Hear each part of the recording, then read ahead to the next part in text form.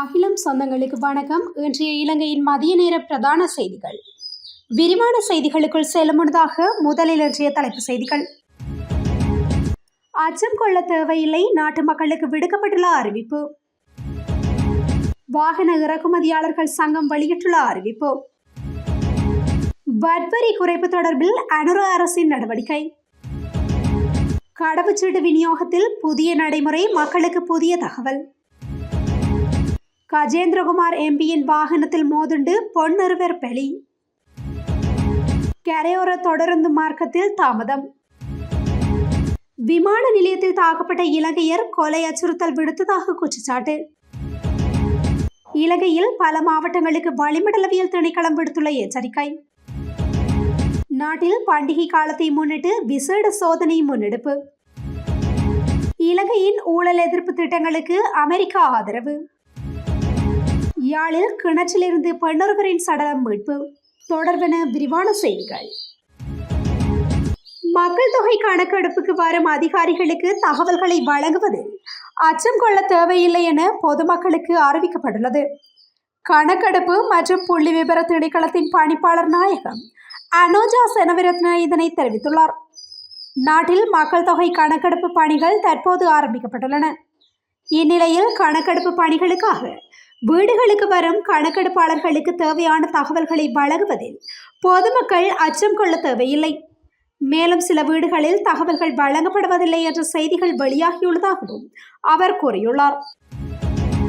அரசாங்கத்தில் உள்ள எந்தவொரு தரப்பினரும் வாகன இறக்குமதி தொடர்பில் உத்தியோகபூர்வமாக அறிவிக்கவில்லை என வாகன இறக்குமதியாளர்கள் சங்கம் தெரிவித்துள்ளது.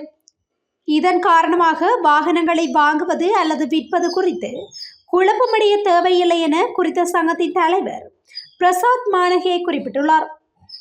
தற்போது வாகனங்களை இறக்குமதி செய்ய வேண்டிய நிலை ஏற்பட்டுள்ளது. ஏனெனில் 4-5 வருடங்களாக வாகனமின்றி எங்களது துறை வீழ்ந்துள்ளது.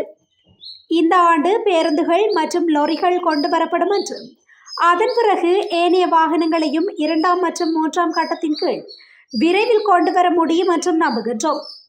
தற்போது எந்தவொரு வாகனத்தையும் கொண்டு வர அரசாங்கத்திற்கு தீர்மானம் இல்லை. புதிய அரசாங்கத்தின் இந்த முடிவு மாறுமா என்று கூற முடியாது. இந்நிலையில் தங்களிடமுள்ள வாகனத்தை விற்பனை செய்வது தொடர்பில் யாரும் குழப்பமடைய வேண்டாம். வாகனங்கள் எப்போது கொண்டு வரப்படும் என அரசாங்கம் இன்னும் உறுதியாக அறிவிக்கவில்லை. எனினும் இது குறித்து அரசாங்கம் அறிக்கை வெளியிட வேண்டும் என்று கேட்டுக்கொள்கின்றோம்.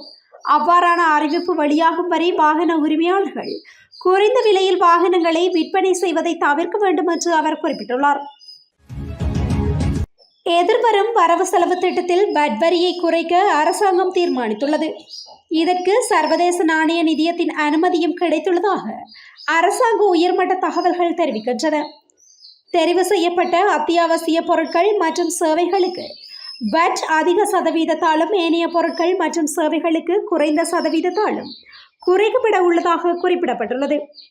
எதிர்வரும் பிப்ரவரி 17ஆம் தேதி ஜனாதிபதி அனுரகுமார திசாநாயக்க வரவு செலவு திட்டத்தை சபையில் சமர்ப்பிக்க உள்ளார்.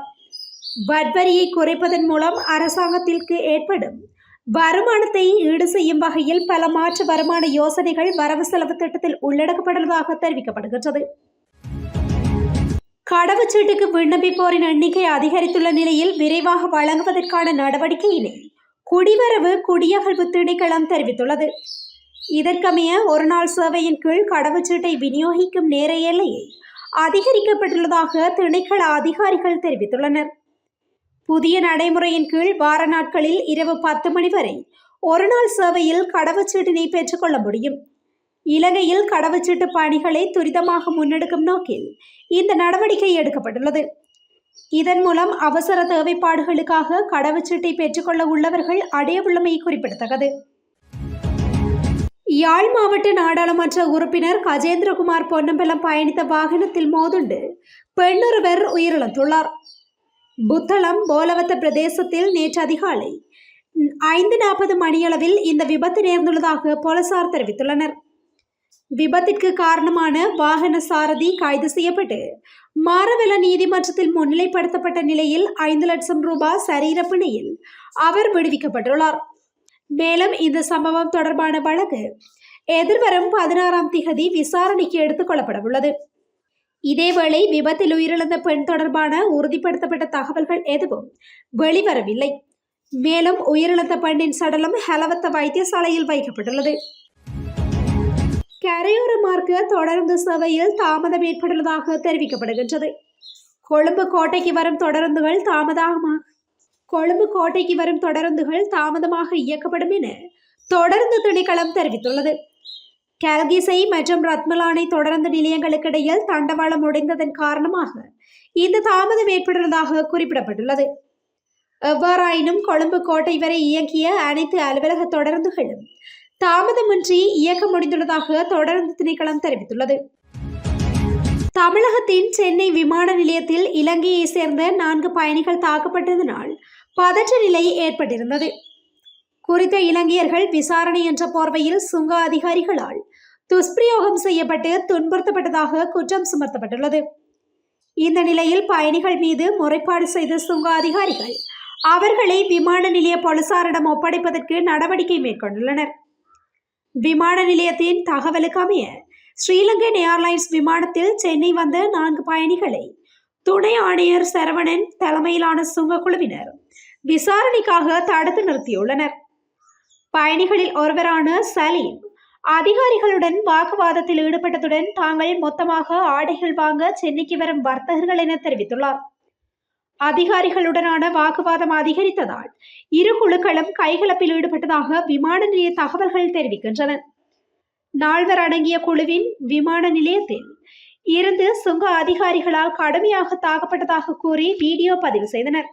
நாங்கள் சென்னை விமான நிலையத்தில் இருக்கின்றோம். இங்குள்ள சுங்கத்துறை அதிகாரிகளால் நாங்கள் கடுமையாக தாக்கப்பட்டோம். இந்த வீடியோவை இலங்கை தூதரகத்திற்கு அனுப்புங்கள் என்று இலங்கை பயணி ஒருவர் வேண்டுகோள் விடுத்துள்ளார்.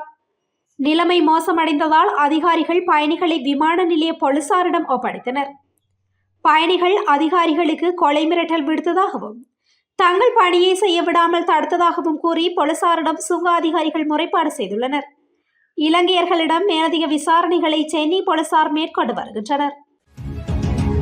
தென்கிழக்கு வங்காள விரிகுடா கடற்பரப்பில் கடற்தொழில் நடவடிக்கைகளில் ஈடுபட வேண்டாம் என வளிமண்டலவியல் திணைக்களம் எச்சரிக்கை விடுத்துள்ளது.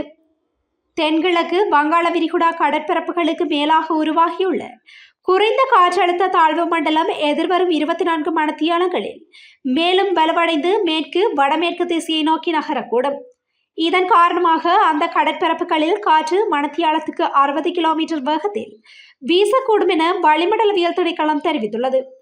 குறித்த பகுதிகளில் கடற்தொழில் நடவடிக்கையில் ஈடுபட வேண்டாம் என மீனவர்கள் மற்றும் கடற்தொழிலாளர்களுக்கு எச்சரிக்கப்பட்டுள்ளது.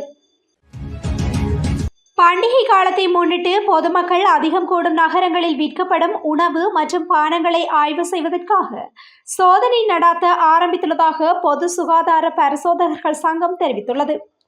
பரிசோதனைகளை மேற்கொள்வதற்காக சுமார் 1750 PHI அதிகாரிகள் செயற்படுத்தப்படவுள்ளதாக PHI தலைவர் உபுல் ரோஹண தெரிவித்துள்ளார். பண்டிகை காலத்தை இலக்காக கொண்டு உணவு உற்பத்திக்கு பயன்படுத்தப்படும் மூலப்பொருட்கள் ஆய்வுகளின் போது சோதிக்கப்படும் என்று அவர் மேலும் கூறியுள்ளார். டிசம்பர் 1 முதல் இன்று வரை நாடு முழுவதும் 150க்கும் மேற்பட்ட சோதனைகள் நடத்தப்பட்டுள்ளதாக உபுல் ரோஹண மேலும் தெரிவித்துள்ளார். நாட்டிலிருந்து கொண்டு செல்லப்பட்ட பணத்தை மீண்டும் நாட்டுக்கு கொண்டு வருவது தொடர்பில் அரசாங்கம் முன்னெடுக்கும் வேலை திட்டங்களுக்கு ஆதரவு வழங்க தயாராக உள்ளதாக தெற்கு மத்திய ஆசிய விவகாரங்களுக்கான அமெரிக்க உதவி ராஜாங்க செயலாளர் டொனால்ட் லூ தெரிவித்துள்ளார். ஜனாதிபதி அனுரகுமார திசாநாயக்கவை நேற்று சந்தித்த போதே அவர் இதனை கூறியுள்ளார். அரசாங்கத்தால் கொண்டுவரப்படும் ஊழல் ஒழிப்பு வேலை திட்டங்களுக்கு தேவையான எந்த ஒரு சந்தர்ப்பத்திலும் ஆதரவு வழங்க தயாராக உள்ளதாகவும் அவர் குறிப்பிட்டுள்ளார். இலங்கையின் பாதுகாப்பு, பொருளாதாரம் ஆகியவற்றை கட்டியெழுப்புவதற்காக நிதி, தொழில்நுட்ப ஒத்துழைப்புகளை பெற்றுக் கொடுக்க அமெரிக்கா தயாராக உள்ளதாக அமெரிக்க உதவி ராஜாங்க செயலாளர் கூறியதாக ஜனாதிபதி ஊடக பிரிவு தெரிவித்துள்ளது.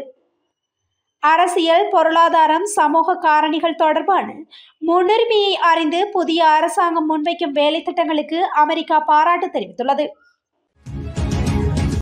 யாழ் பருத்தித்துறை கட்கோவளம் பகுதியில் பாதுகாப்பு கம்பி வேலைகள் இடப்பட்டுள்ள கிணற்றிலிருந்து பெண்ணொருவரின் சடலம் கண்டெடுக்கப்பட்டுள்ளது. குறித்த பெண் நேற்று முதல் காணாமல் போயிருந்த நிலையில் காவல்துறையில் முறைப்பாடு அளிக்கப்பட்டது. இந்நிலையில் குடும்பத்தினர் மற்றும் பொதுமக்கள் இணைந்து முன்னெடுத்த தேடுதல் நடவடிக்கையின் போது குறித்த பெண்ணின் சடலம் பாதுகாப்பு கம்பி வேலைகள் இடப்பட்டுள்ள கிணற்றிலிருந்து மீட்கப்பட்டுள்ளது. சம்பவம் தொடர்பிலான மேலதிக விசாரணைகளை பருத்தித்துறை காவல்துறையினர் முன்னெடுத்து வருகின்றனர். இத்துடன் இன்றைய இலங்கையின் மதிய நேர பிரதான செய்திகள் நிறைவடைகின்றன. தொடர்ந்து இலங்கையின் செய்திகளை அறிந்து கொள்ள அகிலத்துடன் இணைந்திருங்கள். நன்றி.